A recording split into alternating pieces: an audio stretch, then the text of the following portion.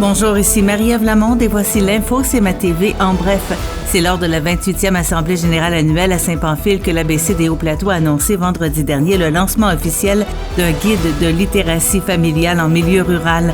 Ce guide a été rendu possible grâce au soutien financier du gouvernement du Québec et est le résultat de 2 années de travail pendant lesquelles des intervenantes de l'ABC des Hauts-Plateaux, des chercheurs de l'Université de Sherbrooke et une conseillère en transfert et innovation du Centre de transfert en réussite éducative du Québec ont échangé sur les réalités communautaires des pratiques de littératie familiale et sur les résultats probants des recherches dans ce domaine. Le Centre de formation professionnelle de l'Envolée annonçait dernièrement le lancement de son nouveau logo et de sa nouvelle identité visuelle, marquant un moment important dans son histoire et dans la continuité de ses activités de formation. La nouvelle image est également accompagnée d'un slogan, une phrase de positionnement stratégique, le savoir à l'échelle humaine. En ce sens, le CFPE se démarque par son approche humaine et orientée vers l'apprenant, peu importe son bagage, son expérience et ses objectifs.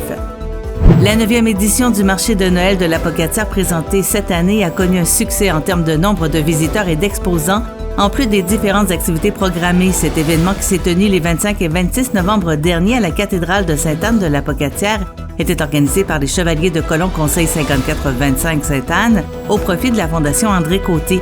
1 500 $ ont été remis à la Fondation. Lors de cette édition, plus de 70 exposants étaient présents avec une offre de produits de création artisanale et agroalimentaire diversifiée et de qualité. Et au sport, Ligue de hockey Côte-Sud, le calendrier de 4 rencontres était à l'affiche au cours du dernier week-end. Avec sa victoire à Saint-Charles vendredi, le Giovannina de Sainte-Marie consolide sa première place en tête de la section ouest et du classement général avec 16 points en 10 matchs. Dans l'Est, Saint-Jean-Port-Joli a pris la tête à l'issue des matchs du week-end, le pavage Jéricho ayant maintenant 12 points en 10 matchs.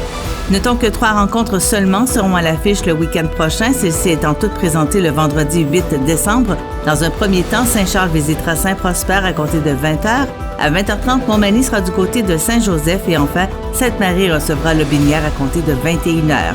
Pour plus d'informations, visitez le cmatv.ca ou suivez-nous sur le fil Twitter X de CMA TV.